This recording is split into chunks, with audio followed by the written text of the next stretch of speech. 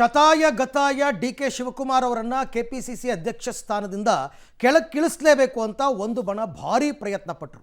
ಇದಕ್ಕೋಸ್ಕರ ಸತೀಶ್ ಜಾರಕಿಹೊಳಿ, ರಾಜಣ್ಣ, ಮಹದೇವಪ್ಪ ಎಲ್ಲರೂ ಕೂಡ ಡೆಲ್ಲಿಗೂ ಕೂಡ ಹೋಗಿ ಬಂದರು. ಆದರೆ ಈಗ ಇವರೆಲ್ಲರಿಗೂ ಕೂಡ ಕಾಂಗ್ರೆಸ್ ಹೈಕಮಾಂಡ್ ಶಾಕ್ ಕೊಟ್ಟಿದೆ. ಸದ್ಯಕ್ಕೆ ಕೆಪಿಸಿಸಿ ಅಧ್ಯಕ್ಷರ ಬದಲಾವಣೆ ಇಲ್ಲ ಅನ್ನೋದ್ರ ಮುಖಾಂತರ ಡಿ ಕೆ ಶಿವಕುಮಾರ್ ಅವರ ಬೆನ್ನಿಗೆ ನಿಂತಿದೆ ಹೈಕಮಾಂಡ್. ಅವರಾಗಿದ್ದವರೇ ಇಳಿದ್ರೆ ಇಳಿಲಿ, ಇಲ್ಲ ಅಂದರೆ ಬದಲಾವಣೆ ಮಾಡಲ್ಲ ಅನ್ನೋ ನಿರ್ಧಾರಕ್ಕೆ ಬಂದಿದ್ದಾರೆ.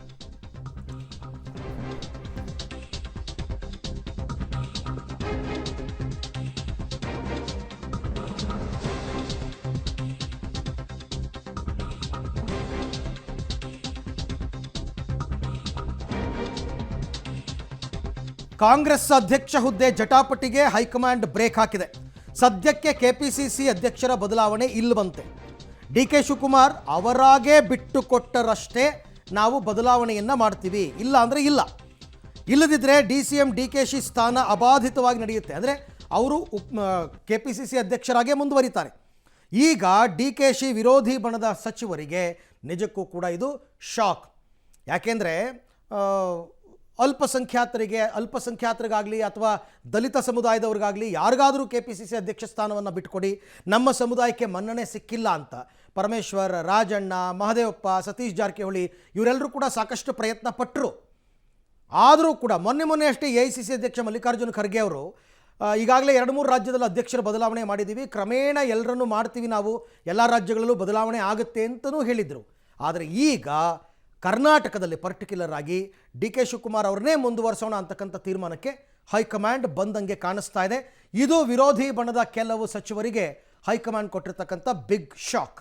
ರಾಜ್ಯ ಕಾಂಗ್ರೆಸ್ನಲ್ಲಿ ಕೆಪಿಸಿಸಿ ಅಧ್ಯಕ್ಷರ ಬದಲಾವಣೆಯ ವಿಚಾರ ಕಲಬುರಗಿಯಲ್ಲಿ ಮಲ್ಲಿಕಾರ್ಜುನ್ ಖರ್ಗೆ ಕೊಟ್ಟಂತಹ ಹೇಳಿಕೆ ಸಂಚಲನಕ್ಕೆ ಕಾರಣವಾಗಿತ್ತು.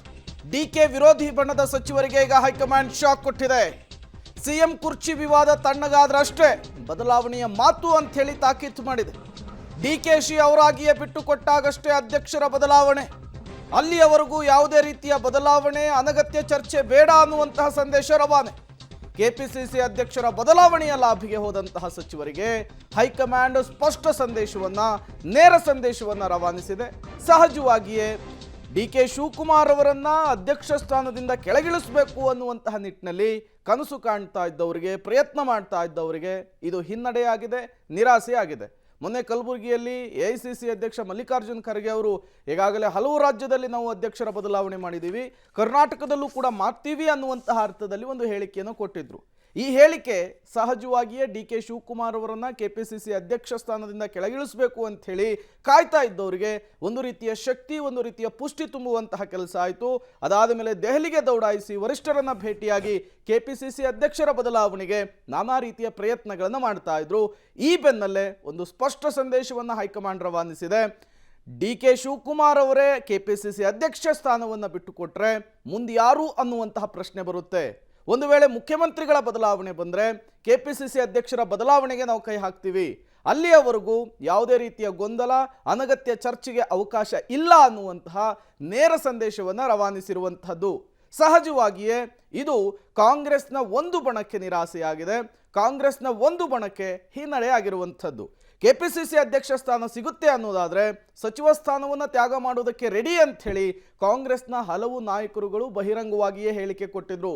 ಅದರ ಜೊತೆಗೆ ಕಾಂಗ್ರೆಸ್ನಲ್ಲಿ ಒಂದು ಅಲಿಖಿತ ನಿಯಮ, ಒಬ್ಬ ವ್ಯಕ್ತಿಗೆ ಒಂದೇ ಹುದ್ದೆ ಅಂಥೇಳಿ. ಬಟ್ ಅದು ಎಐಸಿಸಿ ಅಧ್ಯಕ್ಷರ ವಿಚಾರದಲ್ಲೂ ಕೂಡ ಸಕ್ಸಸ್ ಆಗಿಲ್ಲ. ಯಾಕೆಂದರೆ ರಾಜ್ಯಸಭೆಯ ವಿಪಕ್ಷ ನಾಯಕರಾಗಿದ್ದಾರೆ ಮಲ್ಲಿಕಾರ್ಜುನ್ ಖರ್ಗೆ, ಜೊತೆಗೆ ಎಐಸಿಸಿ ಅಧ್ಯಕ್ಷರು ಕೂಡ ಆಗಿದ್ದಾರೆ. ಹಾಗಾಗಿ ಒಬ್ಬ ವ್ಯಕ್ತಿಗೆ ಒಂದೇ ಹುದ್ದೆ ಅನ್ನುವಂತಹ ಫಾರ್ಮುಲಾ ರಾಜ್ಯದಲ್ಲಿ ವರ್ಕೌಟ್ ಆಗುತ್ತಾ ಅನ್ನುವಂತಹ ಪ್ರಶ್ನೆ ಕೂಡ ಇತ್ತು. ಡಿ ಕೆ ಶಿವಕುಮಾರ್ ಮೇಲೆ ಈ ಅಸ್ತ್ರ ಪ್ರಯೋಗ ಆಗುತ್ತಾ ಅನ್ನುವಂತಹ ಪ್ರಶ್ನೆ ಇತ್ತು. ಸದ್ಯಕ್ಕೆ ಸಿಗ್ತಾ ಇರುವಂತಹ ಮಾಹಿತಿ, ಸದ್ಯಕ್ಕೆ ಸಿಗ್ತಾ ಇರುವಂತಹ ಡೀಟೇಲ್ಸ್, ಸದ್ಯಕ್ಕೆ ಕೆಪಿಸಿಸಿ ಅಧ್ಯಕ್ಷರ ಬದಲಾವಣೆ ಇಲ್ಲ. ಒಂದು ವೇಳೆ ಮುಖ್ಯಮಂತ್ರಿಗಳ ಬದಲಾವಣೆ ಆದರೆ, ಒಂದು ವೇಳೆ ಸ್ವಯಂ ಪ್ರೇರಿತವಾಗಿ ಡಿ ಕೆ ಶಿವಕುಮಾರ್ ಅವರೇ ನನಗೆ ಸಾಕಾಗಿದೆ ಬೇರೆಯವರು ನೇಮಿಸಿ ಅಂತ ಹೇಳಿದರೆ ಮಾತ್ರ ಅಧ್ಯಕ್ಷ ಸ್ಥಾನಕ್ಕೆ ಹೊಸಬರನ್ನು ತರುವಂತಹ ವಿಚಾರವನ್ನು ಹೈಕಮಾಂಡ್ ಕೊಟ್ಟಿದೆಯಂತೆ. ಮತ್ತಷ್ಟು ಡೀಟೇಲ್ಸ್ ಅನ್ನು ಕೊಡ್ತಾರೆ ಸುಖೇಶ್, ನೇರ ಸಂಪರ್ಕದಲ್ಲಿ ಜಾಯ್ನ್ ಆಗಿದ್ದಾರೆ. ಸುಖೇಶ್, ಎಐಸಿಸಿ ಅಧ್ಯಕ್ಷ ಮಲ್ಲಿಕಾರ್ಜುನ್ ಖರ್ಗೆ ಅವರು ಕಲಬುರಗಿಯಲ್ಲಿ ಒಂದು ಸ್ಟೇಟ್ಮೆಂಟ್ ಅನ್ನು ಕೊಟ್ಟಿದ್ದಾರೆ.